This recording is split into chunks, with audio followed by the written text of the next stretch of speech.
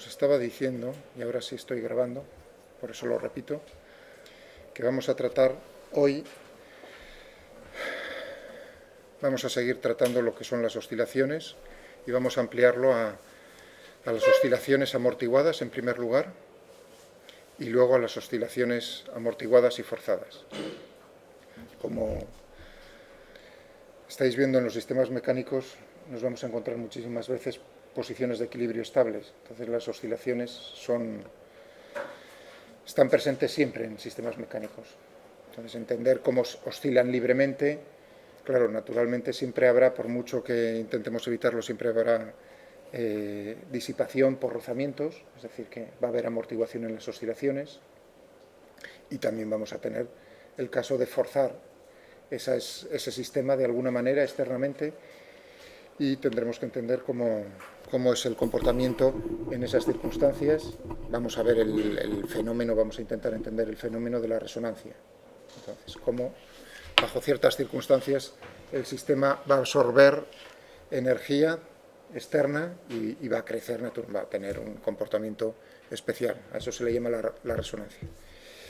Eso para, digamos, un oscilador, una posición de equilibrio. Cuando tenemos muchos osciladores acoplados, eso lo vamos a tratar en el tema este de oscilaciones, ya veis, osciladores acoplados, modos normales de oscilación. Eso será la segunda parte.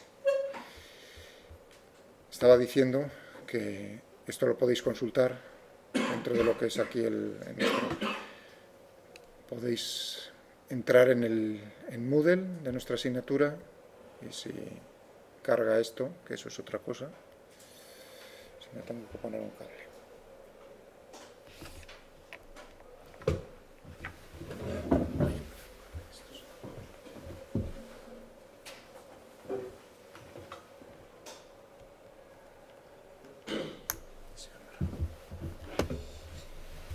Que no se me olvide que lo he puesto, porque si no tropiezo luego. Pues aquí en enlaces a cursos del Instituto Tecnológico de Massachusetts es el curso 803 de este profesor, que trata exclusivamente de estos temas. Y lo que os estaba diciendo, dentro de lo que son clases grabadas, lo que quiero que le echéis un vistazo es a la 2, a la 3 y a la 4 por lo pronto. Hoy vamos a tratar la 2 seguro, o sea, vamos a terminar lo de las oscilaciones amortiguadas y hasta donde nos dé tiempo. El otro día solo nos dio tiempo a oscilaciones amortiguadas. Bien, de acuerdo.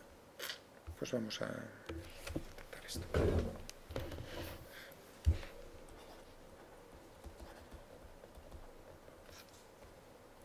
Amortiguadas. O sea, esto en inglés, el damping. Y forzadas.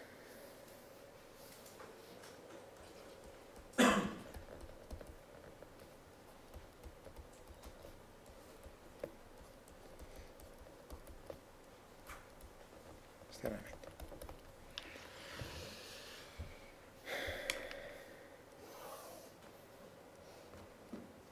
Estaba diciendo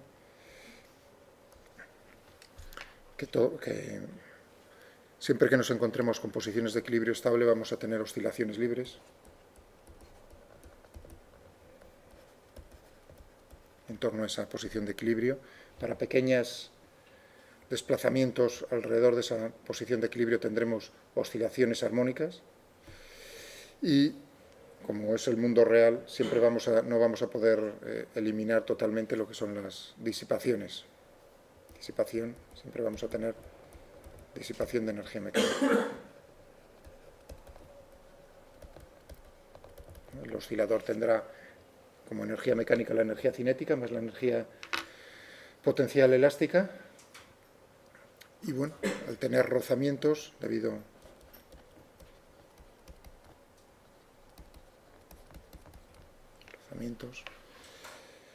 esa energía mecánica va a ir disminuyendo a lo largo del tiempo.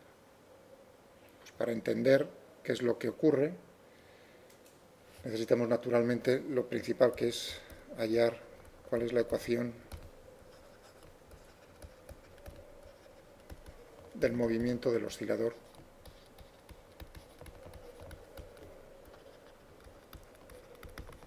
amortiguado.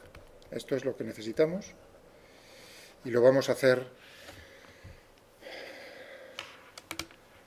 Bueno, voy a hablar de qué términos tenemos que incluir en la ecuación del movimiento del oscilador libre.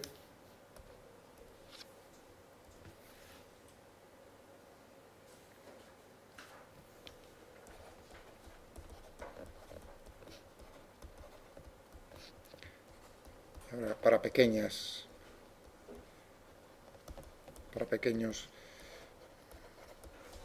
desplazamientos de la posición de equilibrio.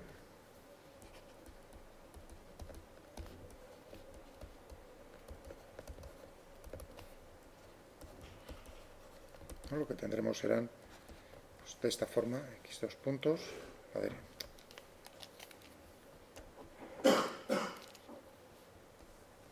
x2 puntos, ¿no? Más. Voy a utilizar el subíndice sub 0 porque como ahora van a pasar cosas un poco curiosas, me voy a referir a omega sub 0 como la frecuencia natural, angular, natural de oscilación del sistema. Entonces tendríamos, esta es la ecuación que gobierna para pequeños desplazamientos el oscilador. Lo que tenemos son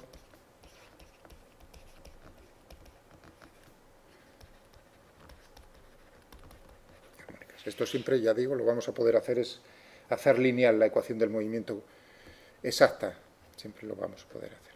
Un desarrollo en serie de Taylor y tenemos esto. Recordad el caso del péndulo. Bien, ahora tenemos que añadir un término que dé cuenta de la disipación.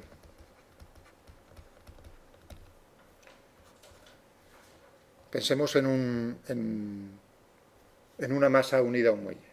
Y lo voy a colocar, si queréis, podría colocarlo horizontalmente sobre un suelo, pero también lo puedo colocar verticalmente.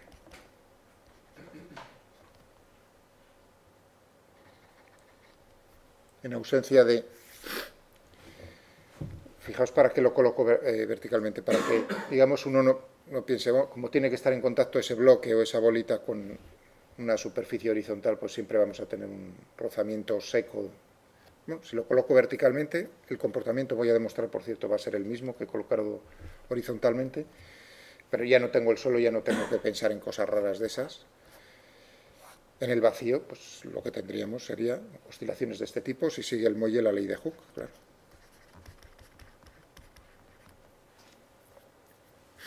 Pero esto está metido, como siempre, hacer el vacío es muy difícil, pues va a estar siempre rodeado de un fluido,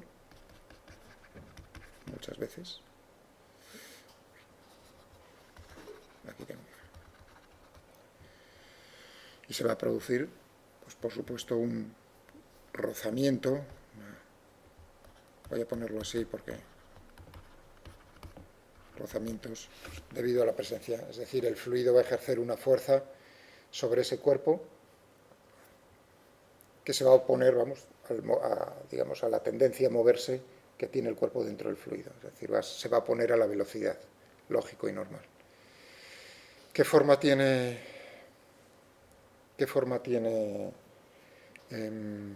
esa fuerza de rozamiento? Bueno, ya digo, se tiene que oponer, si esto lo he estirado, ¿no? Está por aquí, se va a oponer a la velocidad que tiene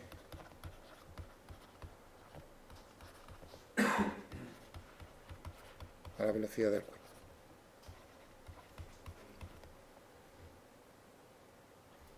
Bien. Es decir, que si yo lo he estirado aquí, voy a coger como un eje, es un movimiento en una dimensión. Sí, le llamo yo a esto eje X, positivo hacia abajo, movimiento en una dimensión. Lo que tendremos pues será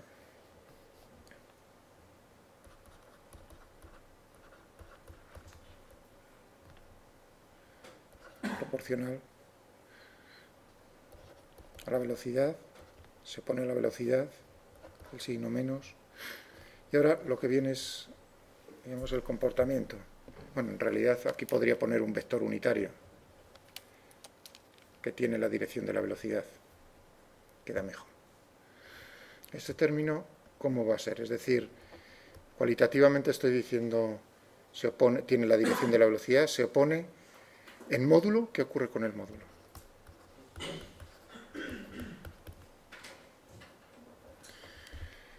Bueno, lo que ocurre con el módulo de esa fuerza es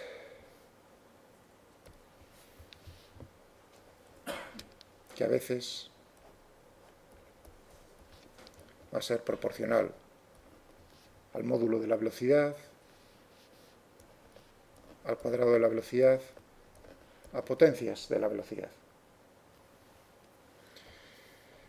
En realidad lo que hay es siempre todos los términos. Lo que hay por detrás es un desarrollo, vuelve otra vez, lo que hay detrás es un desarrollo en serie de Taylor, de muchos términos que dependen de la velocidad. Entonces, ¿cómo es la importancia de lo que tenemos delante de cada uno de estos términos? Hace que un término sea más importante que el resto y podamos centrarnos en él. ¿Entendido? El término lineal es debido a la viscosidad que tiene el medio. O sea que aquí lo que interviene es cómo de viscoso es ese medio. Y este va a ser, vamos a utilizar, por cierto, este término y no vamos a considerar el resto, porque, ¿por qué razón? Bueno, pues porque tiene importancia física, o sea que es real, pero además porque lo vamos a poder solucionar a mano. Lo vamos a hacer a máquina, pero luego lo voy a hacer yo a mano, para que os deis cuenta. Esto es... ¿Cuándo, digamos, es el término con el que nos tenemos que quedar y despreciar el resto? Bueno, pues cuando las velocidades, ahí tengo que hablar así un poco, es un tema muy es largo esto, no creáis. Ahora os diré dónde podéis echarle un vistazo si queréis. Cuando las velocidades son pequeñas, claro, ahora pequeño comparado con qué. Ahí ya lo siento, tengo que decir, ¿no? Cuando las velocidades no son muy grandes, no quiero entrar muy en detalle. El tamaño del cuerpo es pequeño relativamente, o sea, otra vez vuelvo a decir, fijaos, pequeño, pequeño, entonces será este término el principal. Cuando las velocidades crecen, entonces vamos a tener el término cuadrático, y llegará un momento en que el término cuadrático sea mucho mayor que el término lineal. Entonces nos podríamos quedar en ese momento con el término cuadrático. Cuando las velocidades siguen aumentando, tendremos potencias superiores. Pues, por ejemplo, cuando en aviones o cohetes, para velocidades muy grandes, los términos principales van a ser de orden superior al cuadrático. ¿No? Como veis, es un tema que... Es decir, entonces, ¿cuál? No, claro, estamos hablando realmente... De lo que estamos hablando aquí es de mecánica de fluidos. Es decir, que realmente lo que habría que hacer es resolver las ecuaciones de Newton, que se llaman las ecuaciones de Navier-Stokes, exactamente para saber cómo es el comportamiento de ese cuerpo dentro del fluido. O sea, cómo se está moviendo también el fluido con el cuerpo para poder... Realmente lo que estamos haciendo aquí es parametrizar ese efecto. ¿Entendido? O sea, que es simplificar al máximo un problema que es de los más complicados, si no el más complicado en la física clásica. De hecho, la ecuación de Navier-Stokes no tiene solución analítica. Es tan complicado que no tiene. No nos queda más remedio, salvo casos muy requete simples, no tiene solución analítica. Por eso se utilizan ordenadores. Bien, antes de que se me olvide, ¿dónde podéis echarle un vistazo para tener una idea de lo que estoy diciendo? Fijaos en el curso 801, que es física... Es el primer curso de física que reciben ahí en el Instituto Tecnológico de Massachusetts, o sea, es el curso básico de física. También tenéis los vídeos de este señor en el capítulo, si no me equivoco, en el capítulo 12. Aquí. Explica precisamente bastante más en detalle lo que estoy yo comentando aquí. Voy a poner un ejemplo para que os deis cuenta de... A ver si...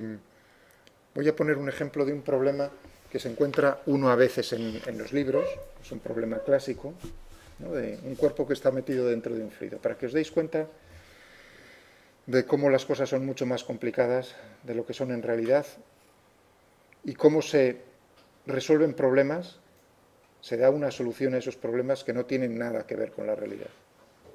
Se ponen los libros como ejemplo para resolver por los alumnos a nivel básico, se resuelve, incluso se explica de esa manera y no tiene nada que ver, o tiene muy poco que ver, no voy a decir nada, tiene muy, muy, muy poco que ver con la realidad.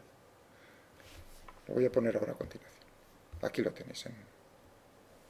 ¿De acuerdo? O sea, le echáis un ojo si tenéis curiosidad acerca de lo que estoy hablando.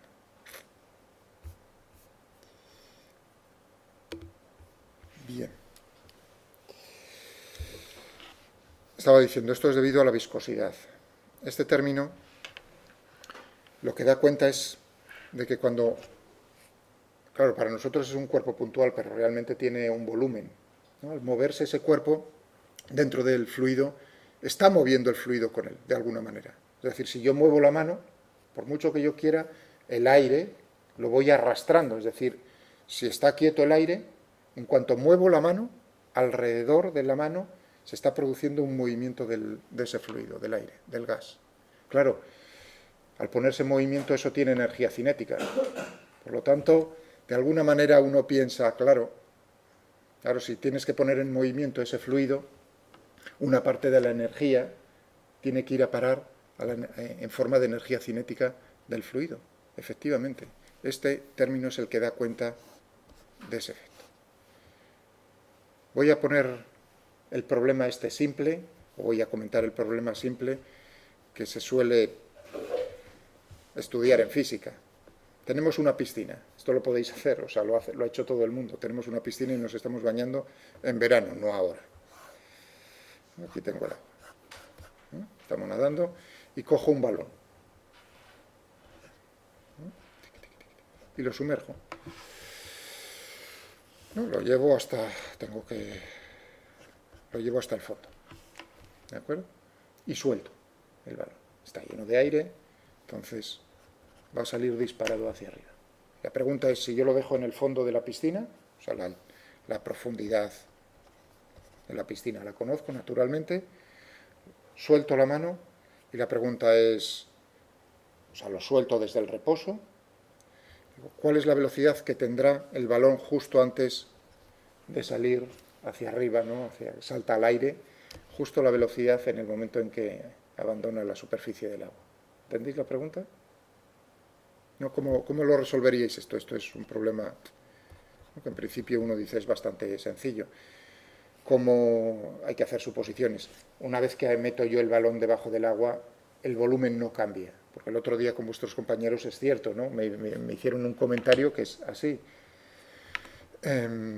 Cuando uno mete el balón debajo del agua parece que le cuesta luego menos sumergirlo que al principio. Cuesta más al principio que después. ¿A qué se debe eso? Bueno, ese es el mismo efecto que habréis observado si buceáis, ¿no? Eso se lo he hecho yo a mi hija muchas veces cuando era pequeña, ¿no? En la piscina. Decir, mira, me voy a quedar sentado en el fondo de la piscina, sin necesidad de hacer nada, así, con los brazos cruzados. Entonces lo que uno hace es coger aire y una vez que está sumergido, echa el aire. Es decir, lo que hace es reducir el volumen del cuerpo, de tal manera que la densidad promedio de nuestro cuerpo justo es un poco mayor que la del agua. Antes, cuando tienes los pulmones hinchados de aire, es justo un poco menor que la del agua. Es decir, que tiendes a flotar. Al echar el aire, lo que ocurre es que justo eres un poco más denso y tiendes a hundirte. Es decir, no te cuesta quedarte en el fondo de brazos cruzados. Ese efecto es el que no voy a considerar ahora. Me lo preguntaron el otro día, está muy bien. ¿Y por qué es eso así? Bueno, eso es así por esa razón. Y les comenté, por cierto, lo de la noticia de hace unos días que murió un buceador norteamericano ahí en las Bahamas, creo, en una competición de estos a pulmón libre, parece. Había bajado en... Yo no lo sabía, cuando leí la noticia, por lo visto hay muchos, o sea, lo que es en esas competiciones, ese tipo de deporte, se hace de diferentes maneras, sin aletas, con pesos, sin pesos. En el caso de ese señor que murió el otro día, era, me parece, la variante sin aletas, sin pesos. Es decir, que tienen que bajar donde ellos quieran. Si llevan peso, lo tienen que volver, es decir, plomo para bajar más, ¿no?, o un metal para bajar más rápido, tienen que volverlo a subir a la superficie. O sea, es una variante más dura, claro. Y sin aletas. Entonces, cuando uno lleva aletas, por lo visto, creo que superan más de 100 metros de profundidad a pulmón libre. Este creo que llegó a 70 y tantos metros. Creo que batió el récord 72. Bueno, pero claro, batió el récord, pero...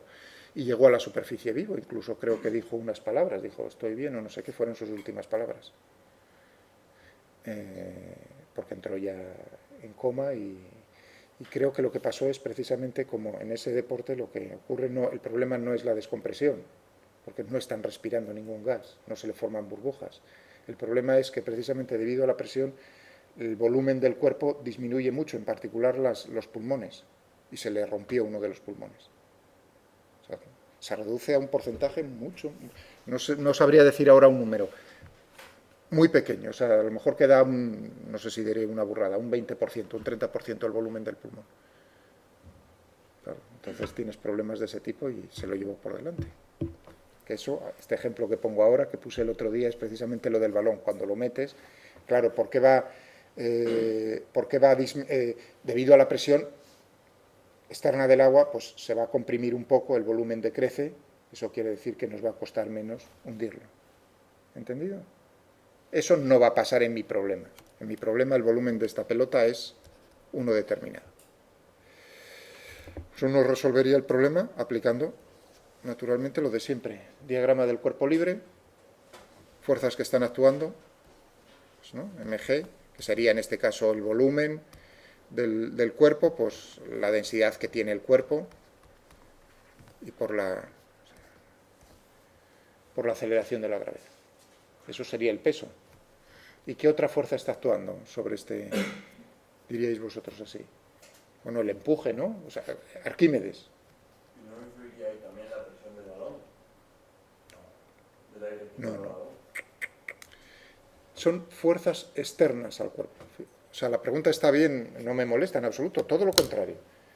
Porque tú, cuando estás aplicando las leyes de Newton, es suma de fuerzas que están aplicadas sobre el cuerpo. Las fuerzas externas al cuerpo, no las que están ejerciéndose. Claro, aquí tenemos un cuerpo que tiene gas dentro y ¿no? una capa externa, el cuero, el plástico. Todo eso es mi cuerpo. El aire que hay dentro también es parte de mi cuerpo. ¿Entendido? O sea que las fuerzas internas no juegan ningún papel.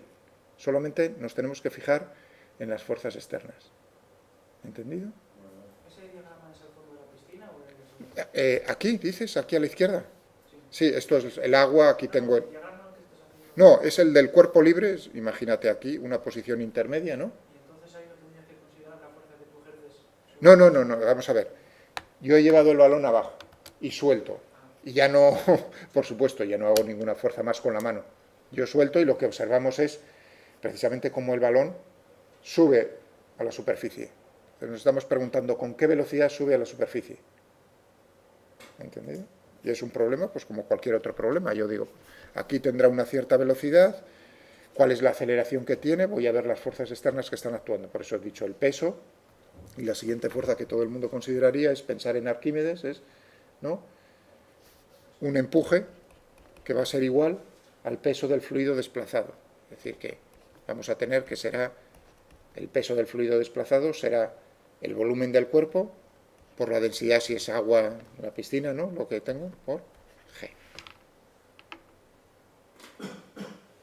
¿Entendido? Eso es como este problema se plantea siempre de manera sencilla. Y ahora uno dice, bueno, pues la fuerza neta, que será la masa por la aceleración, será E más mg más el peso igual a m por a. Si uno escoge un movimiento en una dimensión, hacia arriba positivo, pues tendremos ρ del agua por g menos v ρ del cuerpo por g igual a la masa por la aceleración, ya no le pongo signo de vector. Como la densidad del agua va a ser mayor que la densidad del cuerpo, del balón, la densidad promedio del cuerpo, entonces lo que tendremos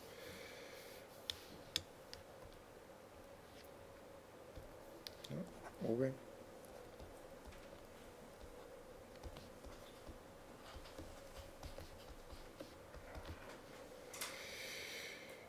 igual a la masa del cuerpo. Claro, la masa es el volumen ρ del cuerpo, perdón, sí, G, por la densidad del cuerpo. Es decir, que lo que tendremos aquí será, se me va a ir esto y esto, y lo que tendremos es ρ del agua menos ρ del cuerpo,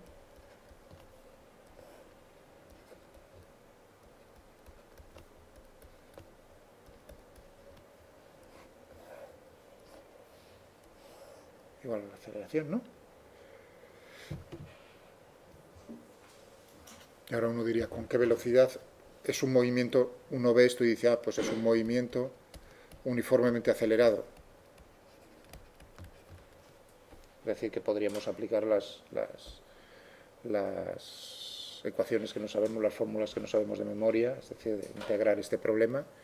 Y en particular, como nos preguntan la velocidad, al salir aplicaríamos el tiempo, no nos preocupa, v cuadrado. Si nos preguntasen por el tiempo, pues tendría que utilizar otra, ¿no? V sub 0 al cuadrado más 2 veces la aceleración, h es la profundidad que estaba considerando. Aquí tendría, si estoy planteando el problema de tal manera que parte del reposo v0 sería 0. ¿Estamos de acuerdo? Bueno, pues esto, ya digo, es un problema clásico y que un profesor resolvería para los alumnos así. No es mal en el sentido de que no es cierto.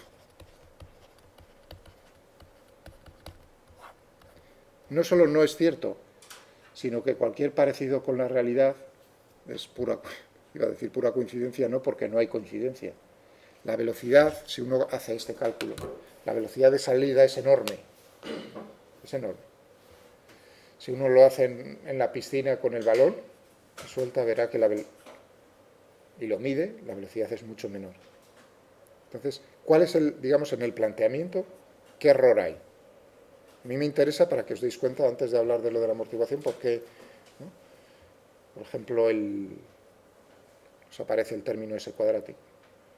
O sea, ¿qué es, digamos, en este planteamiento lo que, digamos, se ha simplificado de una manera radical que, claro, no está bien? Ha habido un momento. El peso, desde luego, es el peso. Eso no he hecho nada mal. En el peso es el peso. Ahí no he jugado sucio. Ha sido así. No. Fijaos que ya, como el otro día me buscaron las cosquillas, en el buen sentido, por ahí, estuve discutiendo eso que he hablado con vosotros, he dicho, es un balón rígido. Es decir, eso se puede hacer, ¿no? Coges un balón, ¿no? Que no cambie su volumen. Por lo tanto, de eso nada. ¿Cuándo considera el empuje igual al peso ¿Del fluido desplazado? Sí, ¿qué ocurre con ese término? no es igual, ¿no? ¿Por qué? Porque el empuje es mayor que el peso, ¿no? Sí, claro, y aquí en esta expresión lo ves. Sí, la densidad del agua es mayor que la densidad media del cuerpo, por supuesto. Sí, eso ahí no he hecho nada mal. No, por ahí no van los tiros. No. Evidentemente, si es menor la densidad del agua que la del promedio del cuerpo, no va a subir a la superficie, se queda en el fondo, eso está más claro que el agua. No es más profundo que eso, es que hemos aplicado Arquímedes, es decir, lo del empuje, para obtener el empuje, esa fuerza que ejerce el fluido sobre el cuerpo, eso es estática de fluidos.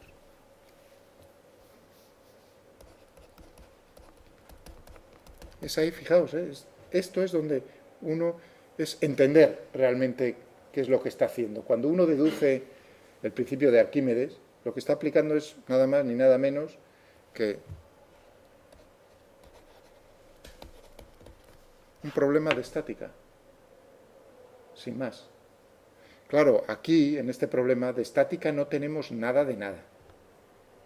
Todo lo contrario. Uno diría, hombre, el balón se está moviendo, pero el fluido está quieto. Ahí es lo que estoy diciendo. Ahora, todo el mundo ve que al subir a la superficie el balón, el agua sí, antes, cuando está quieto en el fondo, el agua está quieta, pero desde el mismo momento en que se pone en movimiento, el agua, digamos, tiene que dejar paso al balón. se tiene que poner en movimiento. Por lo tanto, va a adquirir energía cinética.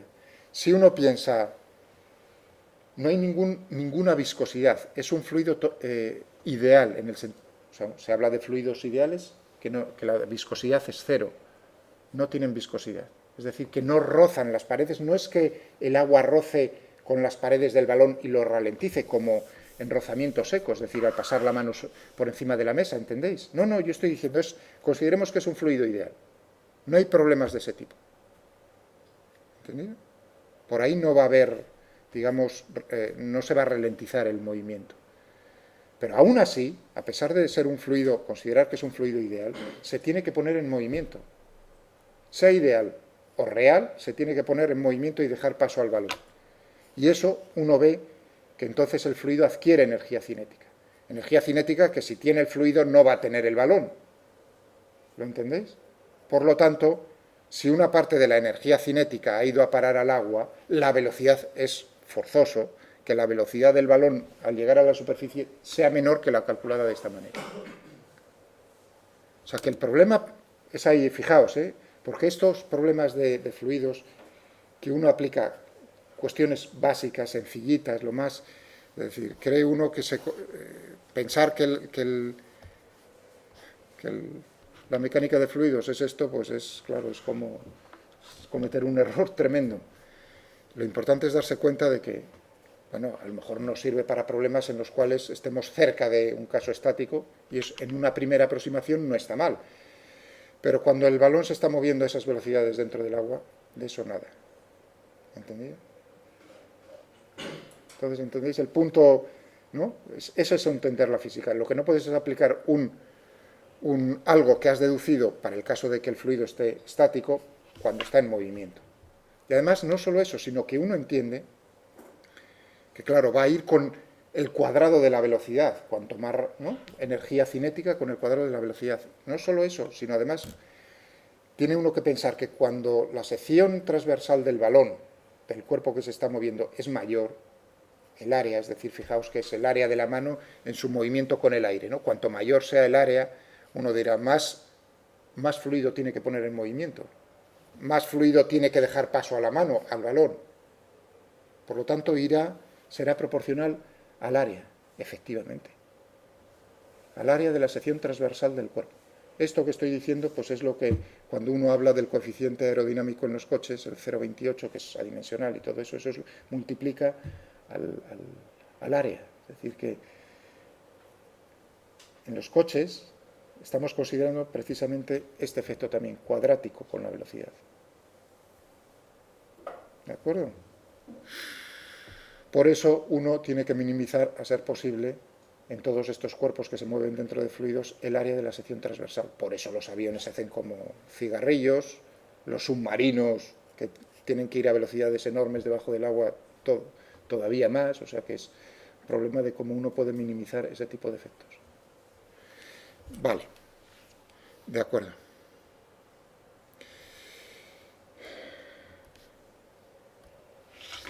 Así tenemos por lo menos una idea, ¿no?, de por qué el término lineal con la velocidad, ese sí es el término viscoso, ese, digamos, nos aparece porque hay viscosidad en el fluido y entonces las capas de fluido que están en contacto con las paredes del balón ejercen un rozamiento, lo ralentizan, por eso es el término viscoso.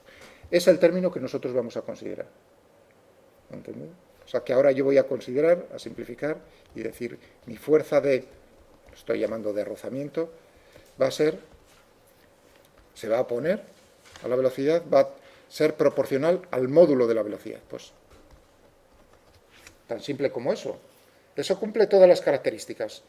Tiene la dirección de la velocidad, se opone a la velocidad y es proporcional al módulo de la velocidad. Si fuese el otro término, lo tendría que poner pues de una manera como esta. Voy a utilizar la misma letra, no es el mismo, por supuesto, dimensionalmente, unidades son diferentes, pero bueno, si utilizase la misma letra, menos b, v por v. Esto cumpliría que es dirección de la velocidad, se opone a la velocidad y es proporcional al cuadrado de la velocidad. Como veis, aquí tengo el módulo de la velocidad y aquí también tengo el módulo de la velocidad, por lo tanto cumpliría todo eso. Para otra potencia, pues tendríamos de esta manera, el término enésimo. ¿Lo veis? Vamos a cogernos esto. Es decir que tendremos aquí diagrama del cuerpo libre. Yo he estirado esto, piti, piti, piti. Esto es el eje X, positivo hacia abajo. Fuerzas que están actuando. Tendré el peso, naturalmente. Tendré estirado el muelle, tendré la fuerza elástica. Y aparte, como, fijaos que en este problema es lo mismo que cuando discutía lo del péndulo simple. Como lo importante es el sistema de referencia. Estoy tomando positivo hacia abajo, es decir, las X crecen hacia abajo, es como considerar que en general el cuerpo se está moviendo hacia abajo. ¿Entendido? Si es eso así, la fuerza esa de rozamiento se opone. Y este es el diagrama de fuerzas, son las fuerzas que... La fuerza neta será la suma de todas ellas.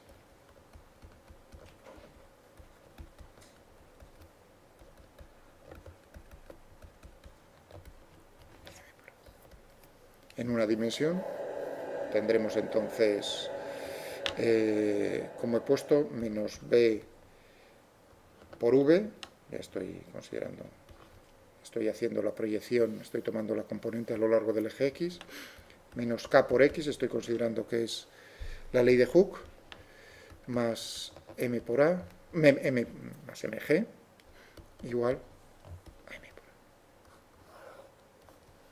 A.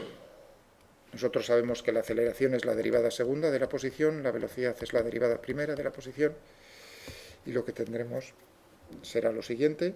Si divido todo por la masa, tendremos X 2 puntos, más B, dividido por MX punto. Si paso todos los términos, esto es muy común siempre en las ecuaciones diferenciales, poner todos los términos que incluyen la función a un lado de la igualdad, ¿no? Más K dividido por M por X, igual a G.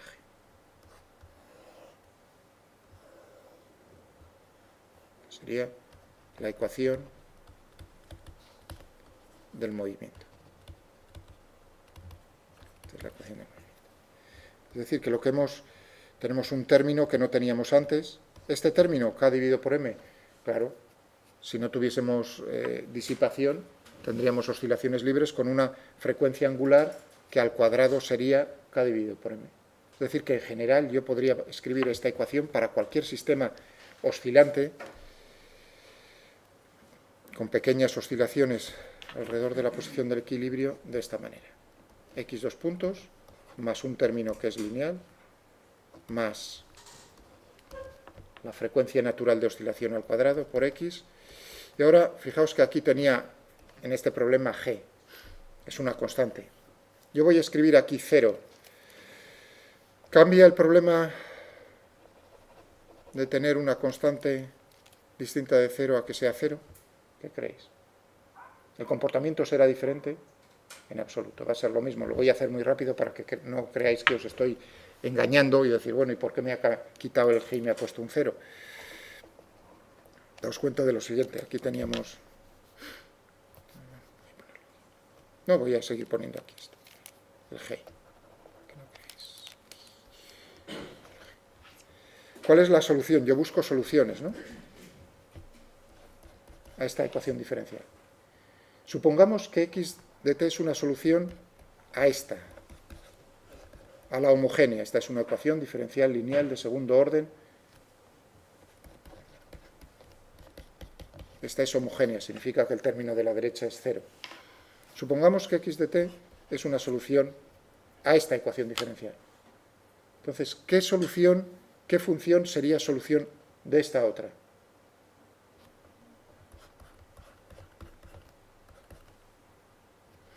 Más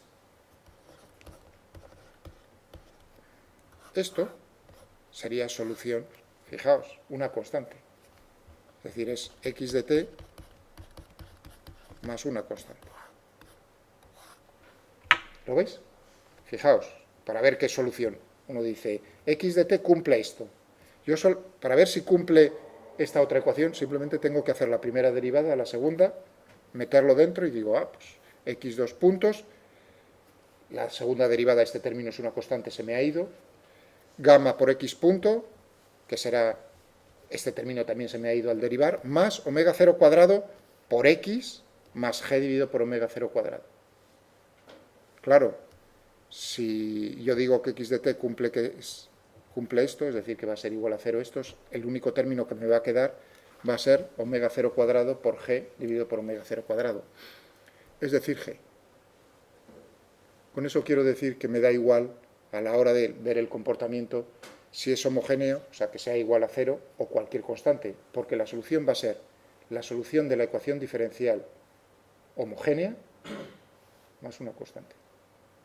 Y el comportamiento quiere decir cómo oscila, ¿eso cambia? No, en absoluto. ¿Qué va a cambiar?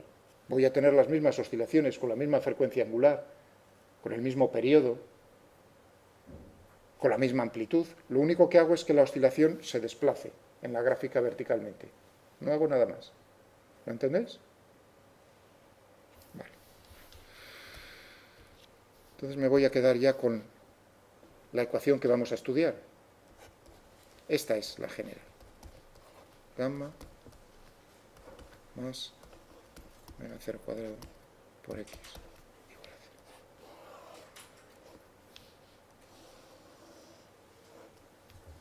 Este es el término disipativo.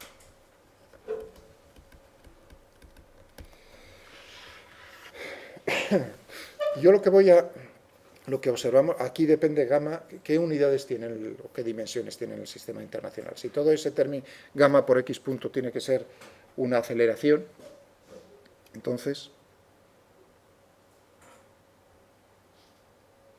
o sea, si x 2 puntos es metros dividido por segundo al cuadrado, gamma por x punto tiene que ser metros dividido por segundo al cuadrado, ¿no? X punto es metros dividido por segundo, por lo tanto es gamma segundos a la menos 1. O sea, las dimensiones de gamma es tiempo a la menos 1, evidentemente. Vamos a resolverlo primero con la máquina para no aburrirnos del todo.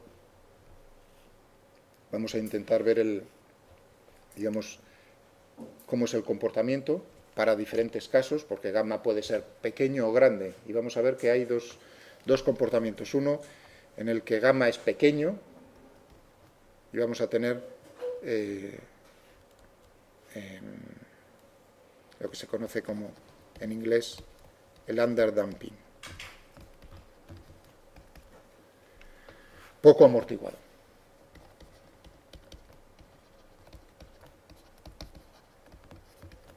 Si gamma es, entre comillas, pequeño. Veremos a ver cuál es el criterio de pequeño y grande. Y luego tendremos si gamma es grande, el overdamping. Si gamma es, entre comillas, grande. Resolvámoslo. Nos vamos a matemática. Nos vamos aquí a un archivo, voy a ponerlo grande. Y vamos a resolverlo, si queréis, numéricamente. N de solve. Bueno, uno diría, por cierto, ¿tiene solución? Porque he dicho que esto tiene solución a mano, analítica. Entonces podríamos probar puro y duro, decir, si tiene solución, la función de matemática que me resuelve ecuaciones diferenciales es exactamente, me tendría que dar algo. Vamos a probarlo. Yo luego lo haré numéricamente porque es más agradable a la hora de dibujarlo, pero no. Para que os deis cuenta de eso, simplemente voy a hacer de sol. Voy a tener las ecuaciones. ¿Cuáles son las ecuaciones? Pues las ecuaciones va a ser x prima prima del tiempo, ¿no?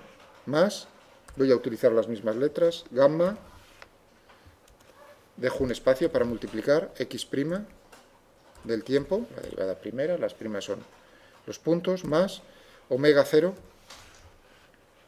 al cuadrado por x del tiempo, y esto va a ser igual, la ecuación, igual a 0. Luego tendría las condiciones iniciales, que serían x de 0 igual a, lo que sea, x0, y x'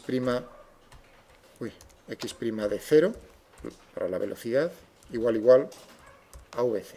Estas serían las ecuaciones. La ecuación del movimiento y las condiciones iniciales. Simplemente decirle que hay que resolverlo para cuál es la función incógnita, x del tiempo, para el tiempo. Y como vemos, pues aquí me sale una cosa un poco grande. Voy a ver si me lo pone un poco más concentrado. Que simplifique un poco la expresión. No hace nada en eso. Pero lo que vemos es que la solución es del tipo, tenemos exponenciales ahí, ¿no? O sea, algo v0, x0 multiplicado por...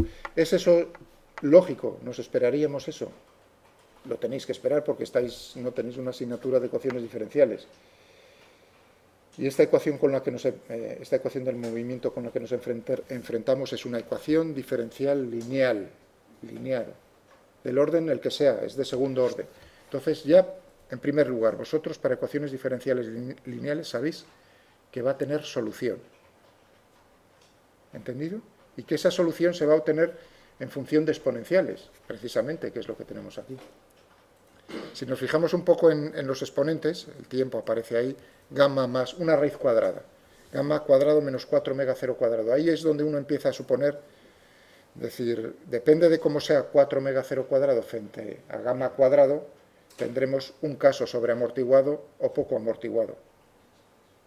Si gamma cuadrado es menor que 4 omega 0 cuadrado, uno está viendo que ese número es complejo.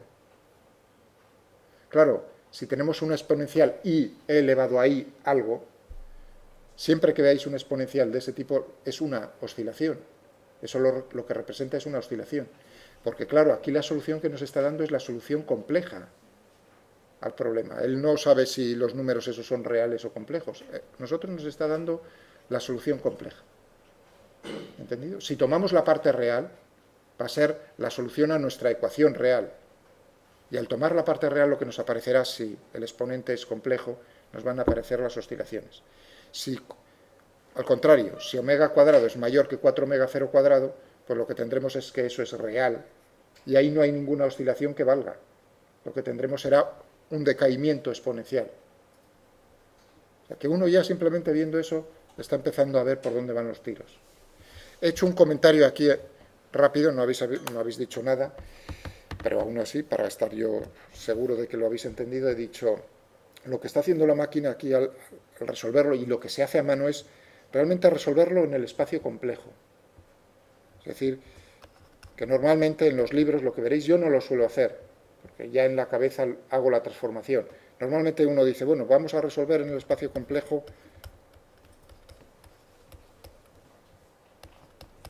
donde z es complejo.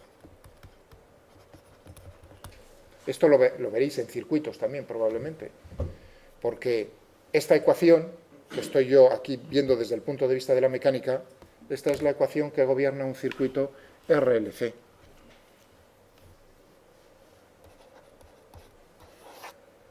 ¿Sí o no?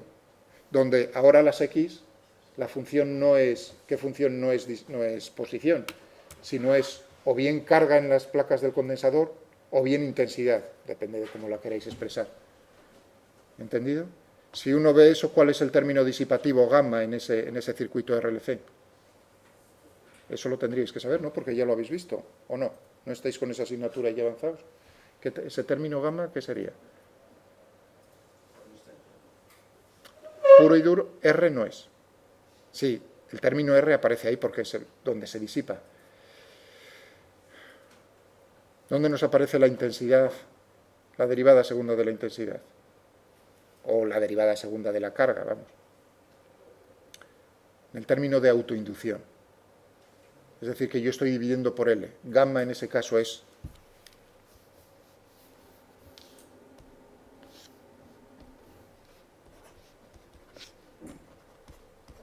R dividido por L. Y omega 0 cuadrado es 1 dividido por LC. Es decir, que estudiar y entender esta ecuación nos sirve, o sea, para que veáis, no estoy hablando de que nos aparezcan solo en sistemas mecánicos, por supuesto que no.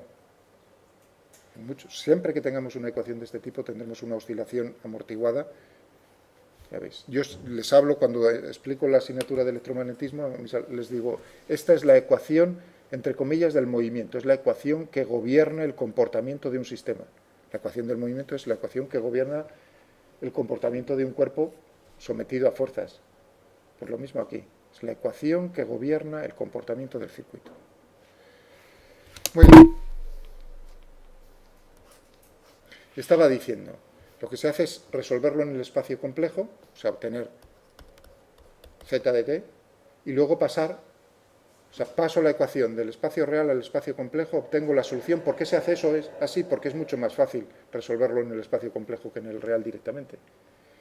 Y una vez que tengo esta solución, tomo la parte real.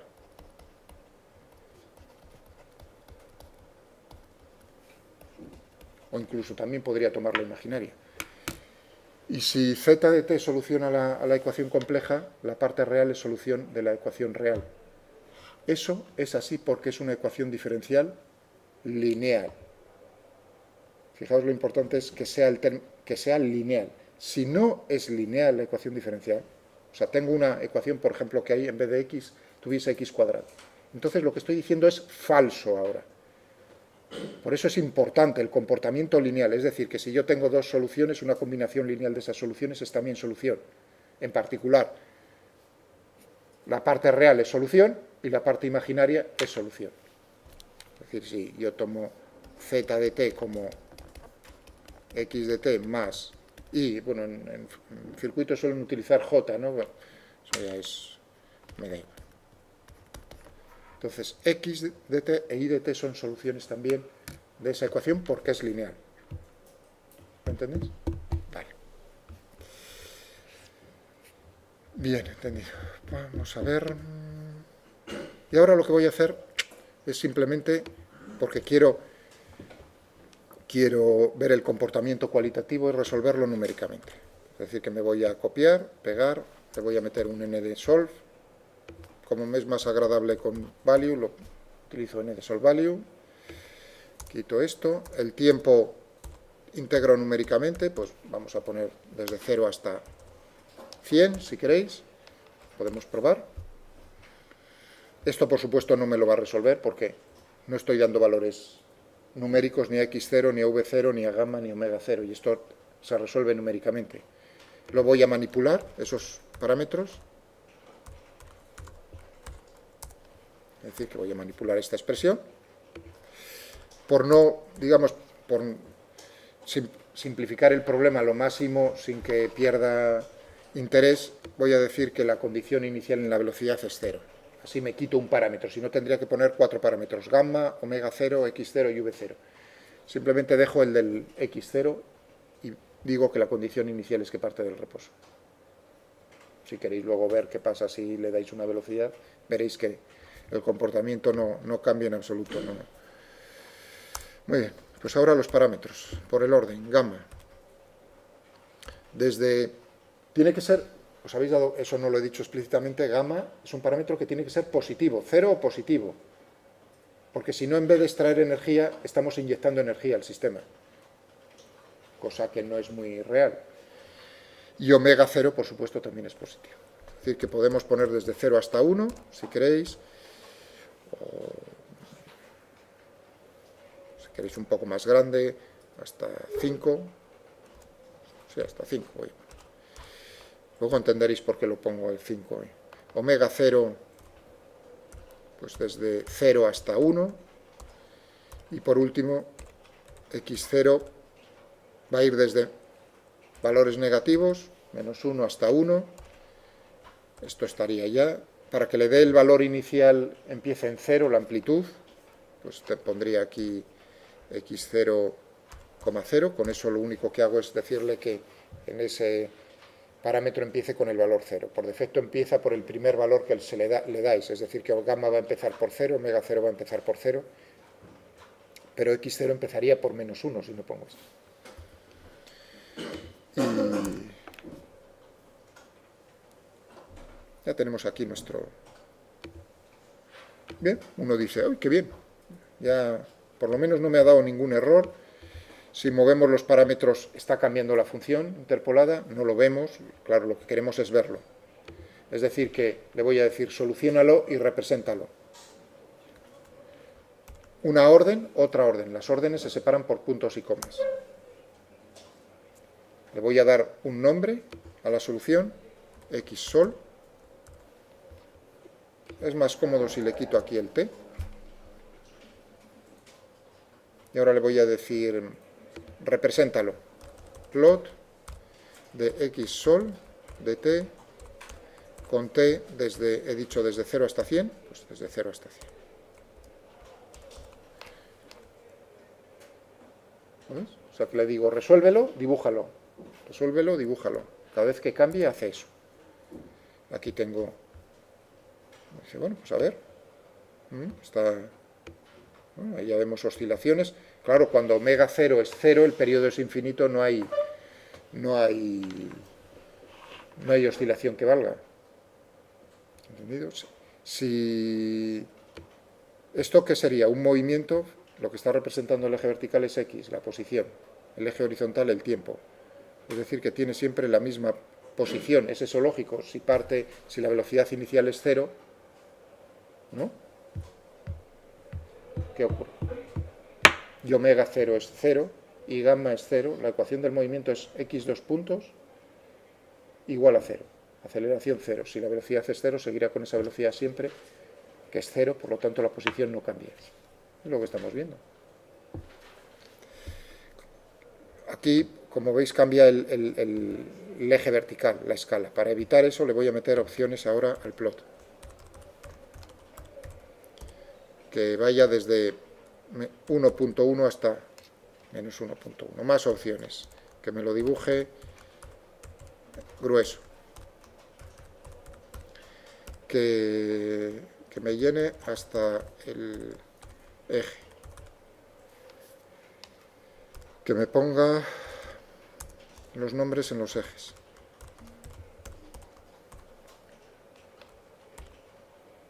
Para el eje horizontal, tiempo en segundos. Y para el eje vertical, pues x en metros, estoy pensando que es posición. Vale.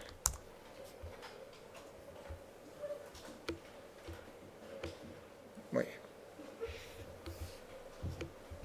Muy bien. Estupendo. ¿Veis cómo cuanto le doy una frecuencia? Bueno, vemos las oscilaciones, claro, cuanto mayor es la frecuencia, menor es el periodo, y ahí es donde estamos viéndolo. Ya uno dice aquí, gamma es 0. Si yo lo voy cambiando,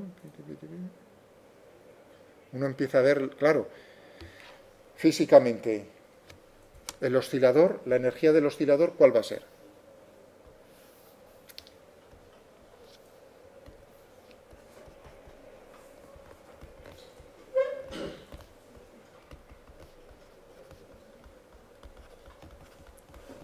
¿Cuál es la energía mecánica del oscilador? Energía cinética más energía potencial, elástica. Y eso tiene que ser igual a un medio, si estoy pensando en la constante de fuerza del muelle, K, por la amplitud al cuadrado. Claro, cuando se encuentra en la amplitud, la velocidad es 0, la energía cinética es 0, todo es energía potencial elástica. Es decir, que la energía mecánica es proporcional a la amplitud al cuadrado del movimiento, de la oscilación. Si quiero expresarlo en función de la frecuencia angular, ¿no? Tendría un medio de omega 0 cuadrado por m, la masa del cuerpo, por al cuadrado. Esto es, ¿no? Hombre, omega 0 cuadrado es k dividido por m, por lo tanto, ¿no? Esto si lo quisiese ver para hacerlo más general, es decir, si uno no tiene un muelle, una constante de fuerza, puedo expresar la energía mecánica de esta manera.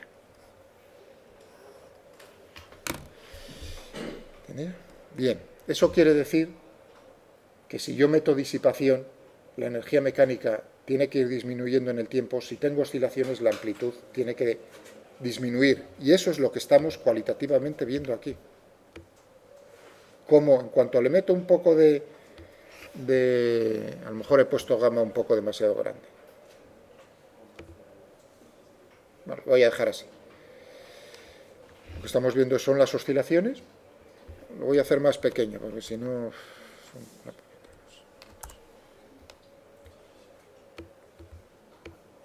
Aquí tengo... para poderlo manejar mejor.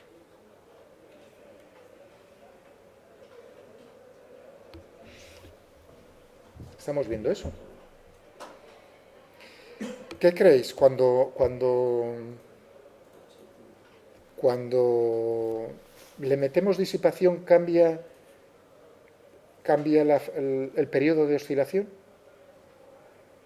¿Entendéis? Es decir, si yo tengo aquí, fijaos, uno contaría 1, 2, 3, 4, 5, 6, 7, 8, 9, 10, si queréis, ¿no?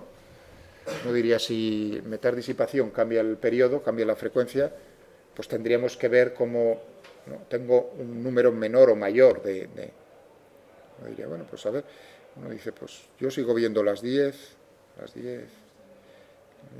Únicamente cuando, o sea, la respuesta natural al principio sería decir, no, no cambia, ¿no? Yo sigo viendo el mismo número de oscilaciones. Únicamente cuando ya se vuelve gamma muy grande, es cuando uno, si se fija bien aquí y amplía esto, podríamos ampliarlo, a decir, dibújalo solo entre 0 y 20, y veríamos cómo este valle y esta cumbre se han ido un poco hacia la derecha. Se está yendo, ¿lo veis ahí? Ligera, es decir, que en principio la respuesta sería no, no cambia. Bueno, cuando uno juega un poco dice, cambia poco, cuanto mayor sea gamma, mayor será visualmente el efecto ese de variación. Es decir, que la frecuencia angular de oscilación o el periodo de oscilación del oscilador amortiguado no va a ser exactamente la frecuencia natural de oscilación libre, sin disipación. ¿Entendido? Ahora veremos cuánto vale esa frecuencia. Pero antes quiero demostrar gráficamente que el decaimiento de la amplitud va a ser un decaimiento exponencial. Va a ser un decaimiento exponencial de la siguiente manera.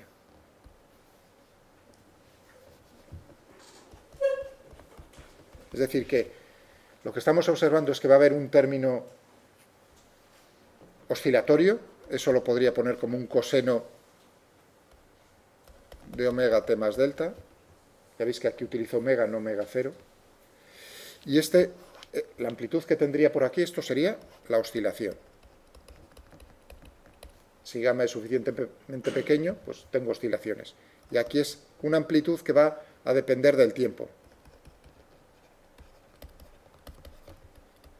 que decae en el tiempo. Lo que digo, va a ser de esta forma. A por e elevado, si es un decaimiento, tiene que ser elevado a menos algo. Menos algo multiplicado por el tiempo, claro, porque estamos a lo largo del tiempo. ¿Y este término cómo va a ser?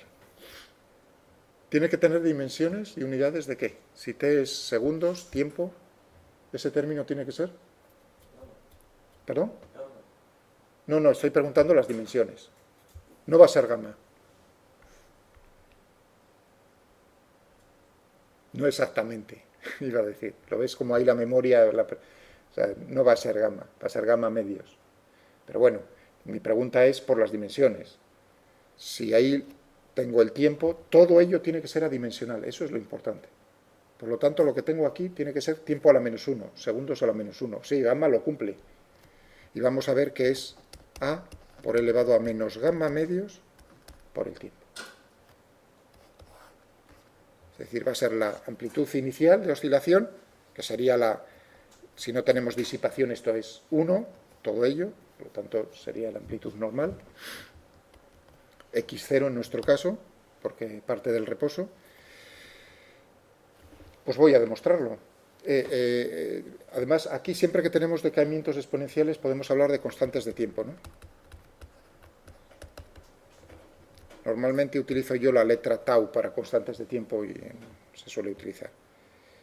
¿Cómo se define una constante de tiempo? No solo hay una forma única de definirlo, pero es muy normal decir que es el tiempo que transcurre hasta que esa magnitud física se ha reducido a un aproximadamente 37%, es decir, cuando tenemos elevado a -1. Otra forma posible sería decir cuando se reduce a la mitad. Yo voy a utilizar la clásica, que es cuando se reduce a aproximadamente un 37%. Estoy diciendo aproximadamente porque nunca me acuerdo exactamente cuánto es elevado a -1.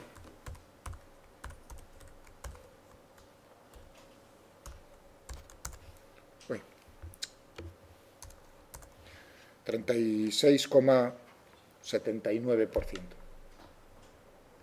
¿Cuánto tiempo tiene que transcurrir? Pues para la amplitud. Sería 2 dividido entre gamma.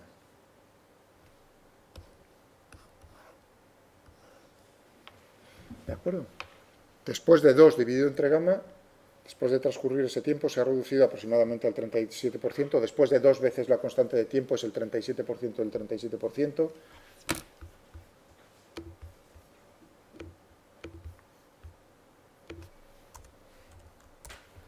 El 13,5%. Después de 5 constantes de tiempo, prácticamente eso es un decaimiento exponencial. Va rápidamente, tiende a cero. Es decir, el 6 con algo por 1000. Prácticamente cero. Bien. Y si nos fijásemos en el... si yo preguntase la constante de tiempo para la... No fijándome en la amplitud, sino en la energía mecánica. ¿Cuál sería la constante de tiempo? Es decir, ¿cuánto tiempo tiene que transcurrir para que la energía del oscilador se reduzca aproximadamente al 37%?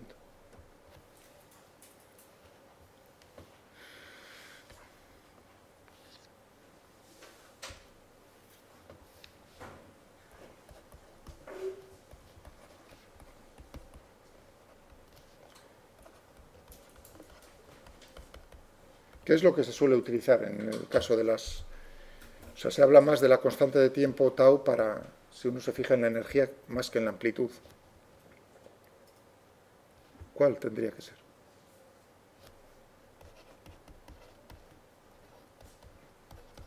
Esto era la amplitud de oscilación.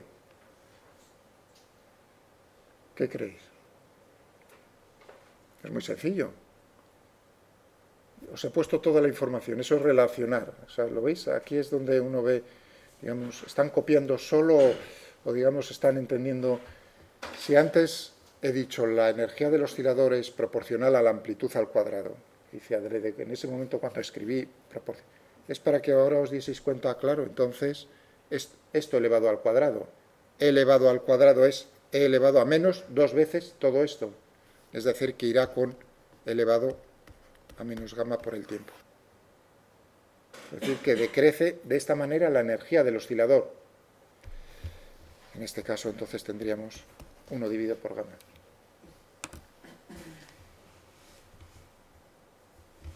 Es decir, la constante de tiempo es la mitad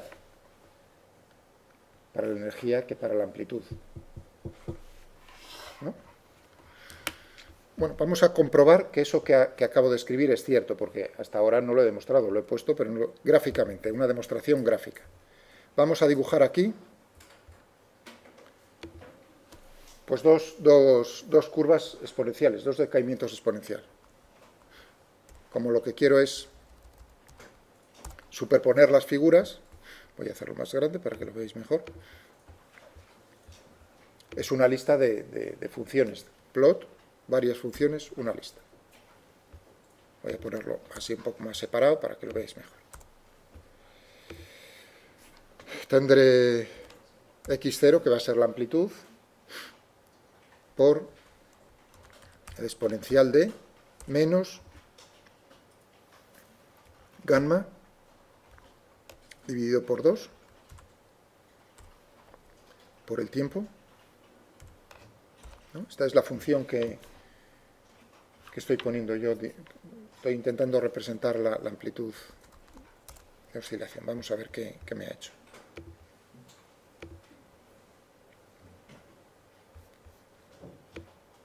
Es 0. Vamos a meterle aquí. Muy bien. Efectivamente, ¿no? Es una demostración gráfica, no lo he resuelto, pero me gusta, o sea, hacerlo gráficamente primero y luego ya lo resuelvo a mano.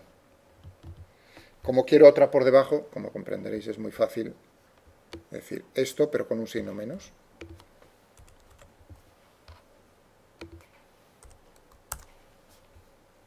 Como quiero el mismo color, para que lo veamos, ahora tendré que poner una lista de estilos.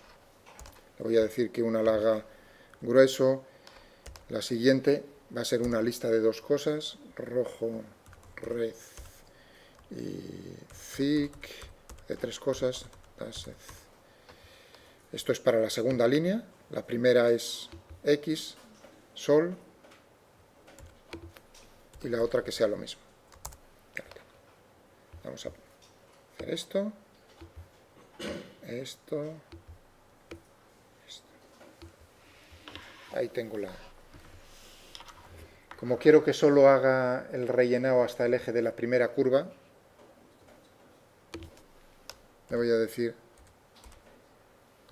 solo la primera hasta el eje. Todo eso son opciones, ¿no? Ahí lo tenemos. ¿Entendido? Cuando lo vamos haciendo cada vez más... Bueno, y si quiero... El juego, si quiero que... O sea, podría hacer... No quiero perder el tiempo con eso. Si quiero que me la represente o no, pondría un if, ¿no? ¿Os dais cuenta? Aquí, por ejemplo.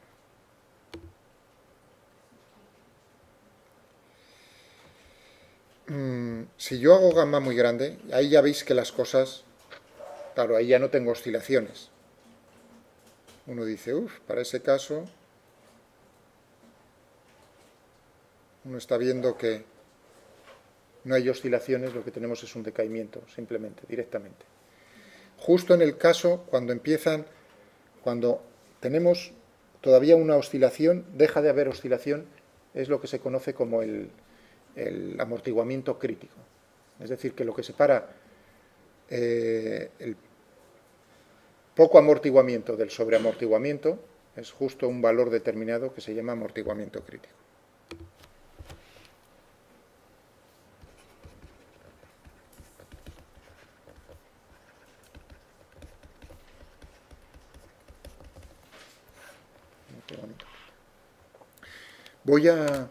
Voy a solucionarlo ahora a mano. Se hace muy rápidamente. O sea, ya he hecho así cualitativamente, pero ahora tenéis que saber también cómo se soluciona este problema a mano.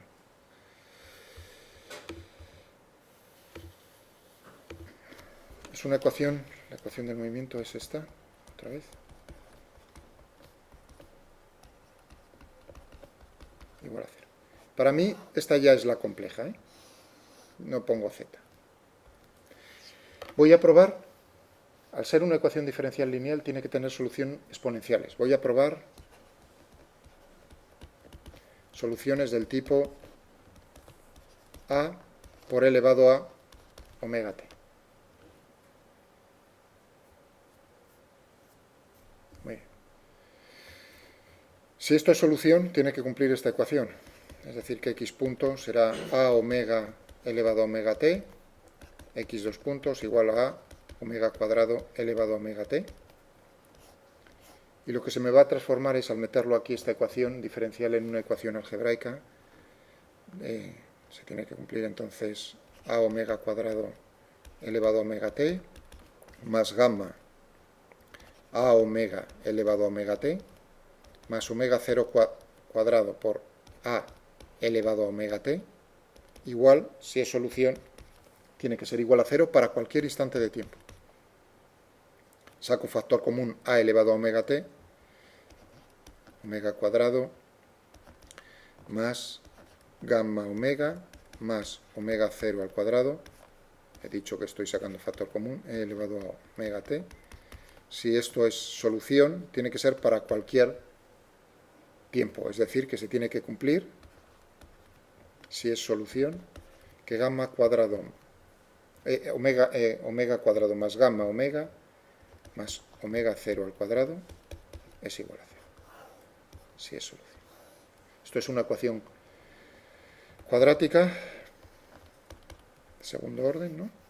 Entonces, omega tiene que ser menos gamma más menos raíz cuadrada de gamma cuadrado menos 4 veces omega 0 al cuadrado dividido por 2. Es decir, que puedo esto simplificarlo un poco, me va a quedar menos gamma medios más menos raíz cuadrada. Meto esto aquí dentro, gamma medios al cuadrado menos omega 0 al cuadrado.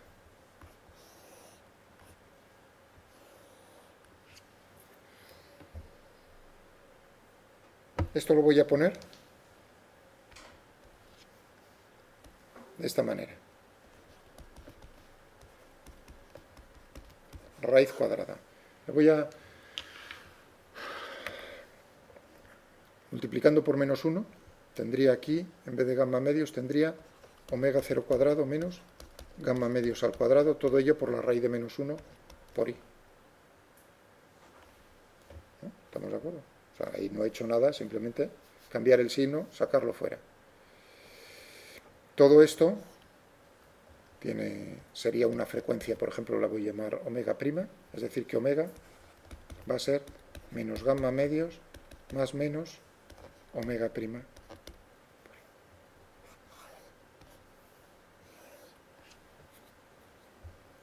Es decir, que la solución sería A por elevado a menos gamma medios por el tiempo por elevado, estoy separando estos dos términos en dos exponenciales, más menos omega prima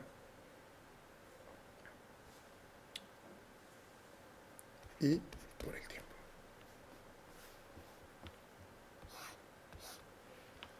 Esta es la solución compleja. Ahora paso al espacio real y la voy a seguir llamando x de t. Ahora diría, pues, a por elevado a menos gamma medios por el tiempo, eso no tiene... por la parte real de esto. Aquí uno diría, tengo dos soluciones, más menos, pero la parte real es el coseno tanto para el más como para el menos. Es decir, que tendría un coseno de omega prima por el tiempo.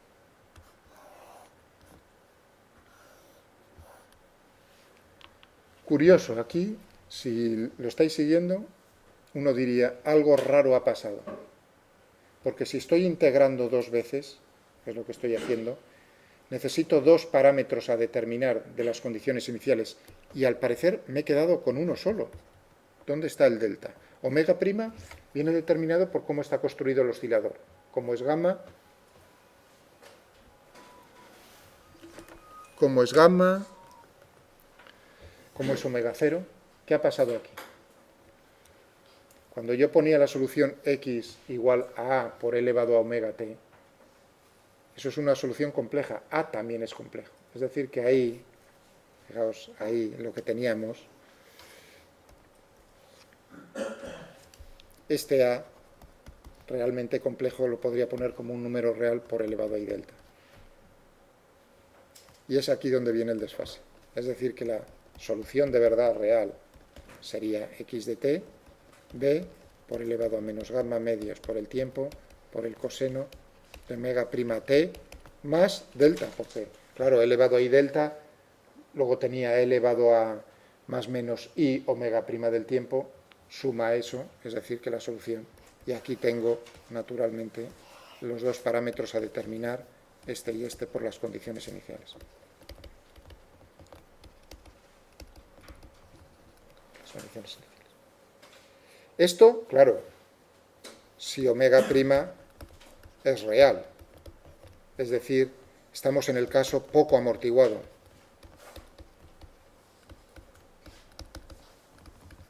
Y eso significa que se tiene que cumplir que omega 0 cuadrado tiene que ser mayor que gamma medios. Perdón, no omega 0 cuadrado, omega 0 mayor que gamma medios. Amortiguamiento crítico.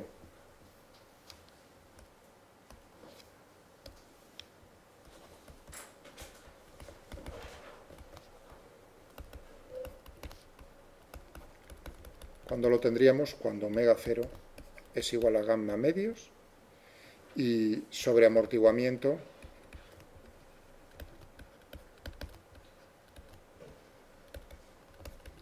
lo tendremos cuando omega 0 es menor que gamma medios, y en ese caso, ¿qué es lo que tendríamos?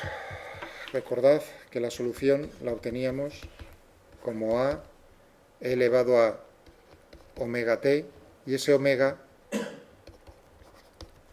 sería, o sea, ese omega era menos gamma medios más menos raíz cuadrada de gamma medios al cuadrado menos omega 0 al cuadrado. Si estamos en sobreamortiguamiento, todo esto es real.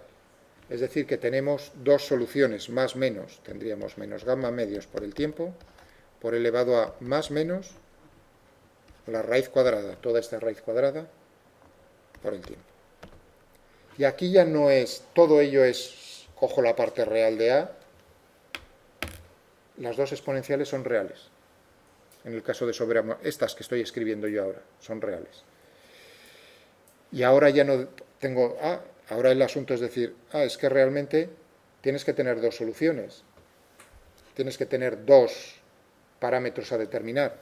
Es decir, que aquí como soluciones tendría, ¿no? Una sería A1 por elevado a menos gamma medios por el tiempo por elevado a el más, toda la raíz cuadrada. No la voy a escribir por el tiempo, más otro a sub 2 por elevado a menos gamma medios por el tiempo por elevado a menos, todo ello por el tiempo. ¿Lo veis? ¿Son dos decaimientos exponenciales? Sí, porque este término es menor que gamma medios. Por lo tanto, todo ello es un decaimiento exponencial. ¿Cuál de las dos funciones decae más rápidamente? ¿Esta o esta? Fijaos que es una combinación de las dos, ¿eh? ¿Cuál va a quedar después de un cierto tiempo? La que se pone de manifiesto en sobreamortiguamiento. ¿Cuál es la que desaparece? Con esto lo dejamos. ¿Cuál es la que desaparece? Primero.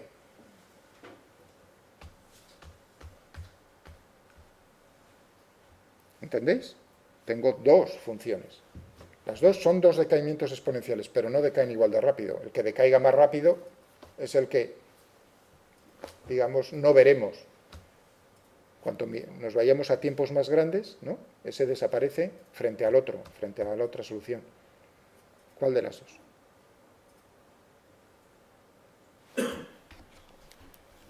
Esta decae más rápido